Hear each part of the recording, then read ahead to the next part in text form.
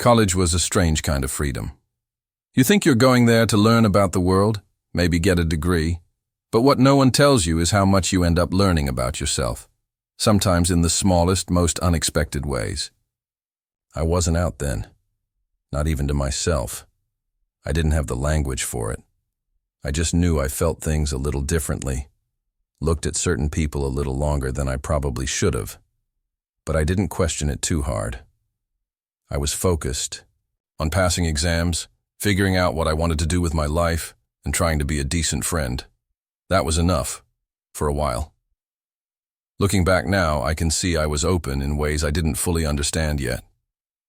There were signs, little moments I brushed off, feelings I chalked up to admiration or just a deep connection.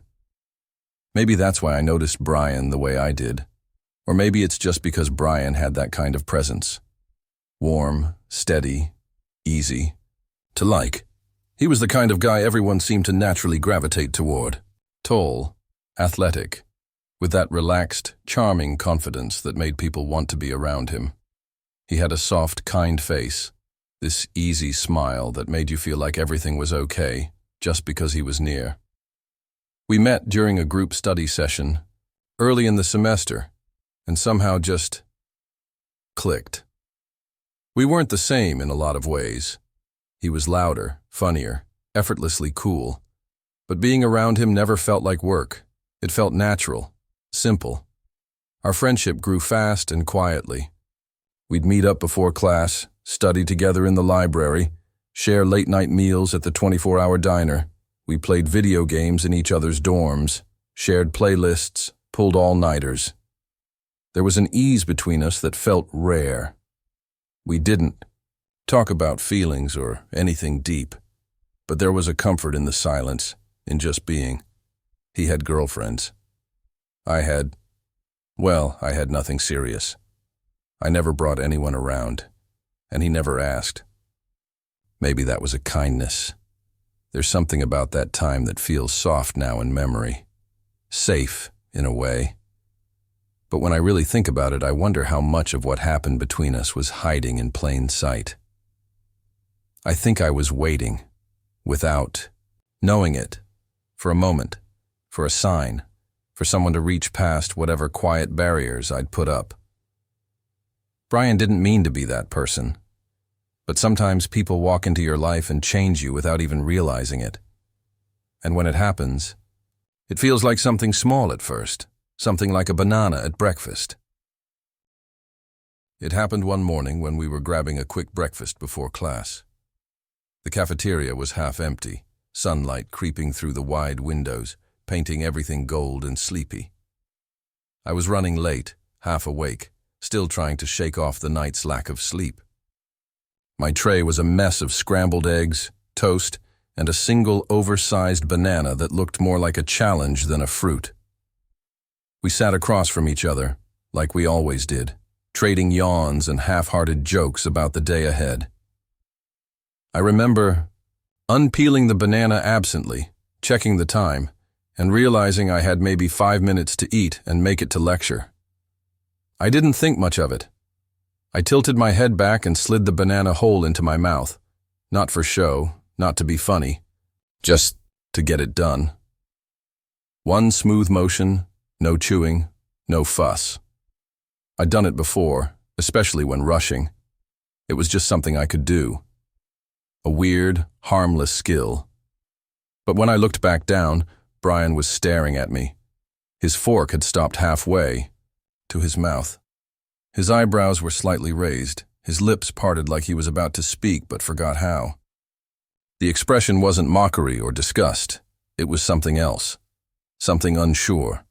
Almost like confusion, maybe curiosity. He wasn't laughing, and neither was I. There was this beat of silence between us just long enough to feel it. I chuckled awkwardly and muttered, "Don't ask, I was starving." Then I grabbed my bag and said I'd see him later, brushing it off with the kind of nonchalance you use when you're pretending nothing happened. But something had happened. I could feel it. It was the way he kept looking.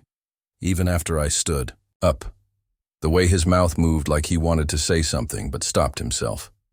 There was a flicker in his eyes. Not judgment, not even amusement, but something more thoughtful. Something I couldn't name back then. I rushed off to class, heart, ticking a little faster than it should have been. The moment wasn't dramatic, and we didn't talk about it. But later, when I thought about it, I realized it was the first time I'd seen that look on his face. Like something shifted behind his calm exterior. Like a door had cracked open. Just enough for a bit of light to slip through. It seemed like nothing at the time, but it would stay with both of us longer than we expected. That weekend, the girl Brian had been seeing was out of town. He mentioned it casually, in the same breath he used to invite me to a party off campus. It was one of those mid-semester house parties that sprouted up in every corner of college. Life, loud music, cheap beer, too many people packed into a space built for half. We stayed close throughout the night, brushing shoulders in crowded rooms, trading jokes in the kitchen while pouring drinks, shouting over the bass thumping from the living room speakers. Nothing felt out of the ordinary. But there was something easier about the night, like we were both allowing ourselves to relax in a way we hadn't in a while. After a few hours, we dipped out, laughing under the cool night air, buzzing from the drinks and the heat of too many bodies. We headed back to my dorm like we always did. He sprawled out on the floor with his back against the bed. I sat cross-legged by the console. We booted up a game and slipped into our usual rhythm, trash talk and lazy conversation filling the quiet gaps. It felt familiar, safe. Then out of nowhere he brought it up. "Dude," he said, half laughing, eyes fixed on the screen. "That banana thing the other day, what the hell was that?" I smirked, not really looking at him. "What?" "I was hungry. And late. I didn't have time for chewing like a normal person." He chuckled, shook his head. "You swallowed it whole." I'm still trying to process what I saw. Like, that shouldn't even be possible. I shrugged. It's just something I can do. Weird talent, I guess. There was a pause, and when he spoke again, his voice was quieter, a little more careful. "Have you done bigger?" I looked at him, unsure if he was joking, but there wasn't a smile on his face anymore. Just curiosity, hesitation, something that didn't feel performative or drunk. Something real. "Yeah," I said slowly. "I've stuffed my face pretty full. It's not a big deal." "You didn't even gag," he said, more to himself than to me. "Nope, I don't." He went quiet again. The game kept playing, but neither of us were really paying attention. Then, without looking over, he asked, "Random question. Are you weirded out by gay stuff?"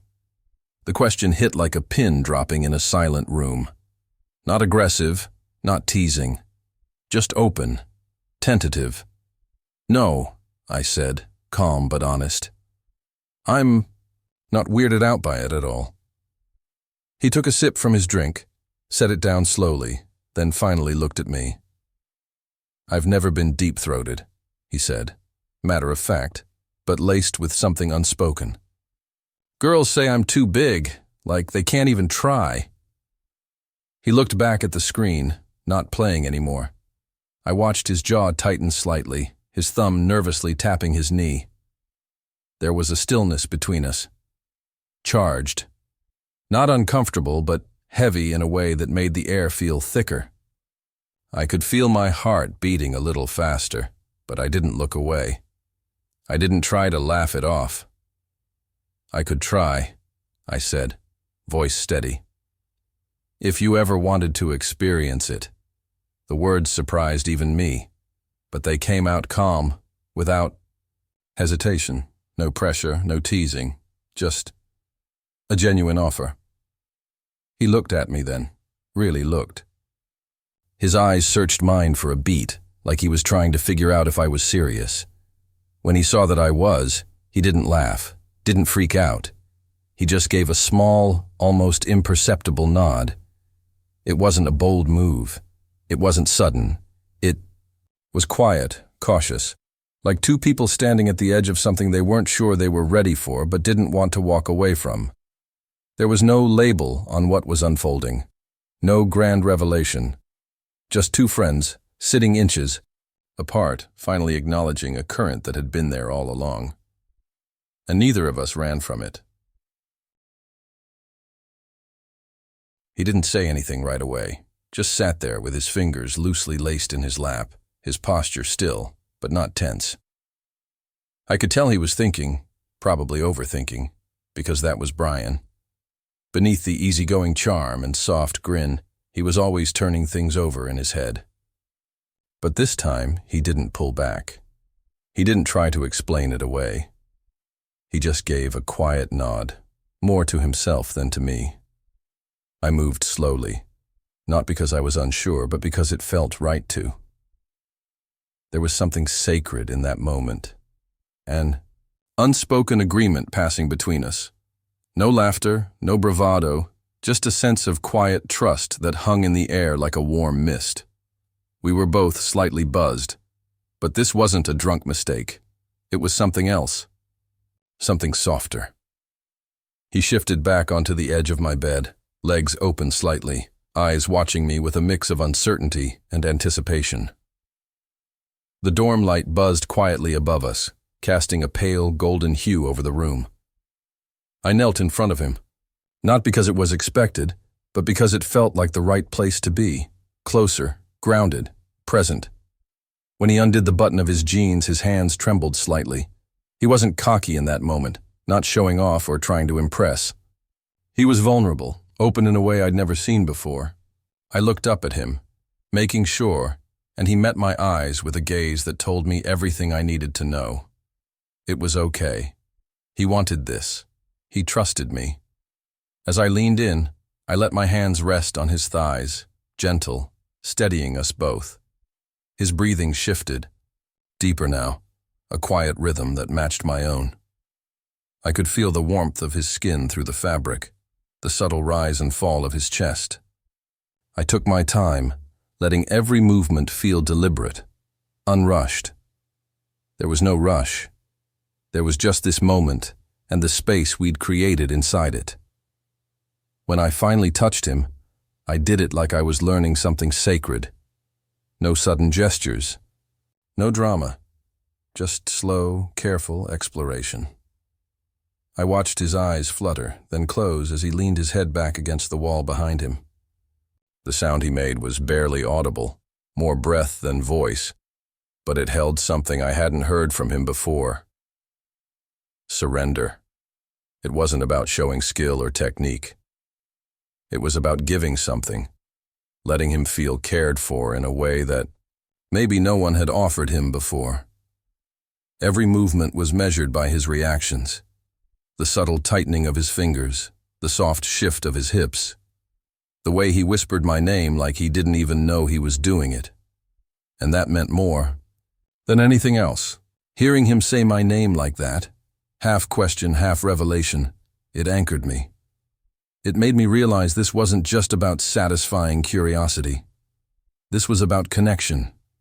Real, honest connection between two people who didn't have to say anything to understand what was being shared. The room felt quieter somehow, like the world outside had pressed pause for us. I kept my pace slow, deliberate, tuned entirely to him. His hands eventually found their way to my shoulders, not pushing, just resting there, grounding him in the moment. Every sigh he let out was soft and surprised, like he couldn't believe this was happening, like it felt better than he'd imagined, but didn't quite have the words for. Time lost its meaning. All that mattered was the closeness, the quiet understanding we'd stumbled into. And when it reached its inevitable end, he didn't bolt. He didn't cover up or make a joke to shake it off. He stayed right there, breathing heavily, eyes still, closed, fingers still resting gently on me like he needed the contact to remind himself it had been real. I moved back a little, sat on the floor, and just looked at him. His face was soft in a way I'd never seen before, vulnerable, peaceful. He looked at me, eyes a little glassy, and for a second I thought he might say something, but he didn't. He didn't need to. There were no words in that moment. None were necessary. We were just there. Two friends who had stepped quietly into a space that had always existed between them, even if neither of us had named it until now. He didn't move for a while, and I didn't rush him. I just sat there, with him in the stillness, knowing something had shifted, something gentle, meaningful, and entirely ours.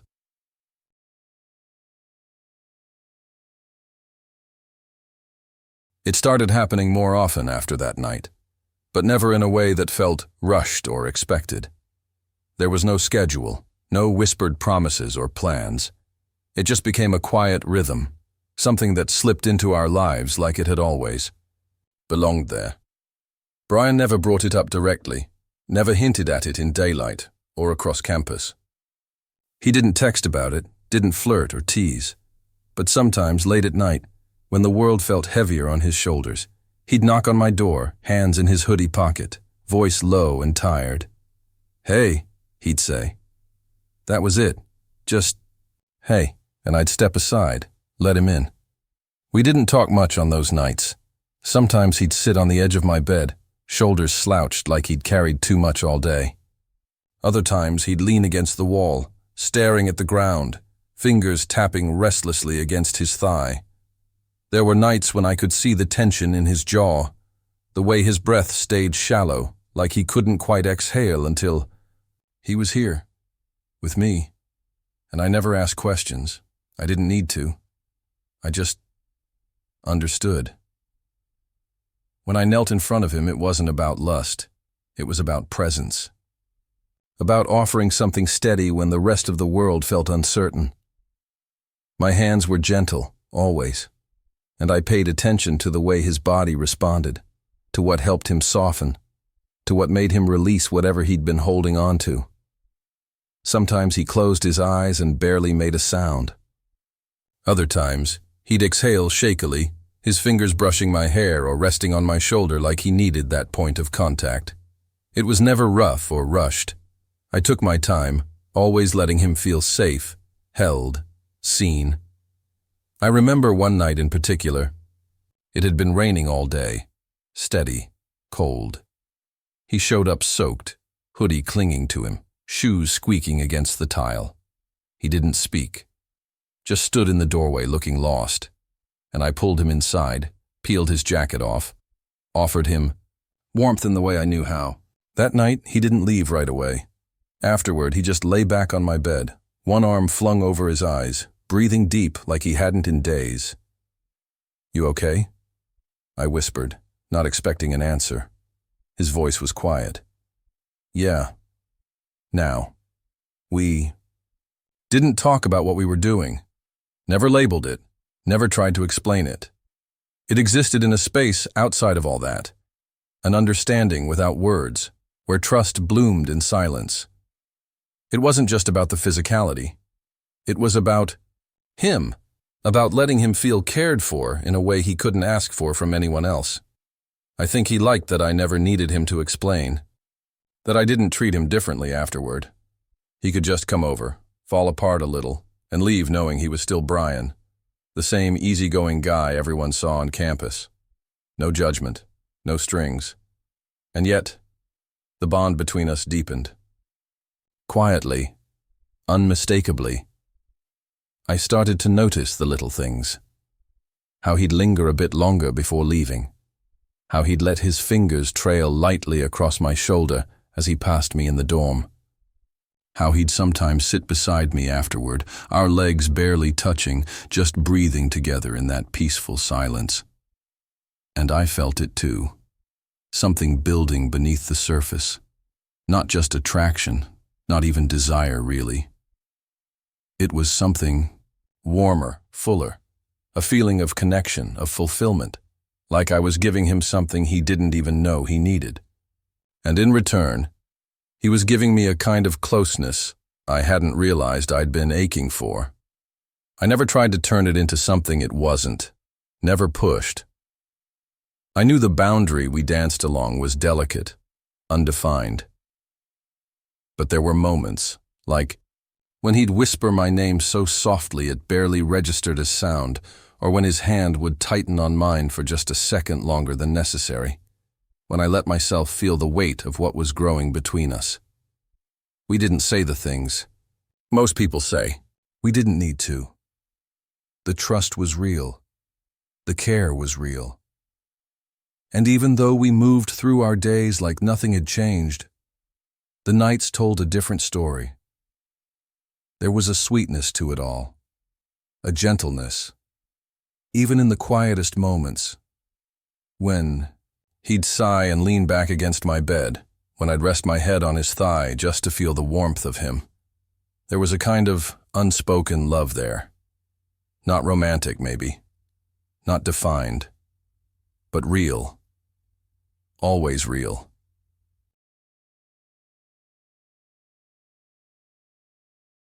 It didn't end with some dramatic goodbye.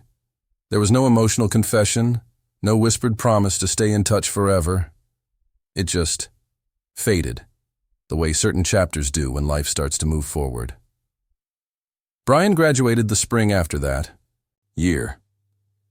He packed up his things, shook hands with a few people, gave me a long, lingering hug that held more than either of us could say, and then he was gone. No last night together. No final moment of quiet connection. Just a fading trail of footsteps down the hallway, and the soft click of a closing door. I remember standing in the doorway after he left, staring down the hall, wondering if he'd turn around. He didn't. And that was okay. It felt right, in a way, peaceful, like we'd both understood what this was from the beginning. No need to explain or rewrite it. Weeks passed. I still found myself glancing at my phone at night, wondering if he'd text. He didn't. Summer came, and with it, new faces, new routines. I told myself it was fine, that things like this aren't meant to last. And still, there were moments. I missed the quiet rhythm of us, the comfort, the trust, the way everything else in the world could fall away when we were alone. I found out through a mutual friend a couple years later that Brian had gotten married. A girl from his new job. They'd moved somewhere across the country, bought a house, settled down. I looked at the photo once. Him in a suit, smiling, looking every bit the man people expected him to be. I didn't feel bitterness, not even envy. Just a quiet, strange kind of ache. Like rereading the last page of a book you loved, knowing there won't be a sequel. Sometimes, late at night, I still think about the way he used to breathe when I touched him. The way his fingers would curl slightly against my back. The softness in his voice when he whispered my name like he wasn't sure if he was allowed to say it. Those are the moments that stayed, not because they were secret or forbidden, but because they were real, honest, human. There was no label for what we shared. No neat box to fit it in, but what we had, it mattered. It was connection without pretense, intimacy without shame. It was one person letting another in, fully, without needing to make sense of it in the light of day. And as I've grown older, I've come to appreciate that even more. Love isn't always loud. It isn't always declared with grand gestures or written into forever. Sometimes love looks like a quiet knock at the door, like a heavy exhale into someone's hands. Like trust, offered wordlessly in the space between two people who don't need to be anything more than what they are. Right then, I never tried to reach out to him after that. There was a part of me that knew it would only complicate things, that what we had existed in its own time, its own truth. Trying to drag it forward wouldn't honor it, it would only distort it, and I didn't want to do that. I wanted to let it rest, whole and untouched, but that doesn't mean I've forgotten. If anything, it taught me something I carry with me still. I learned that there's a kind of intimacy that doesn't need definition to be meaningful. That being seen, truly seen in those raw, unguarded moments, is a rare and beautiful thing. And that offering someone else that kind of care, that kind of peace, is its own form of love. I think about it sometimes when I pass by certain places, when I see someone sitting alone with that same quiet weight on their shoulders, when I'm lying in bed and the silence stretches long and still. I think about how much of us lives in the spaces between what's said, in the glances, the touches, the moments we never quite learned how to talk about. And even though I haven't found that kind of connection again, not in that form, I haven't stopped hoping for it. I still believe there's someone out there who will understand the kind of closeness I'm drawn to. A man who doesn't need the world's permission to be held, to be known. Someone who wants that same kind of trust, of presence, of care. Because what Brian and I shared, it wasn't just physical, it was real, and I still believe in that kind of connection.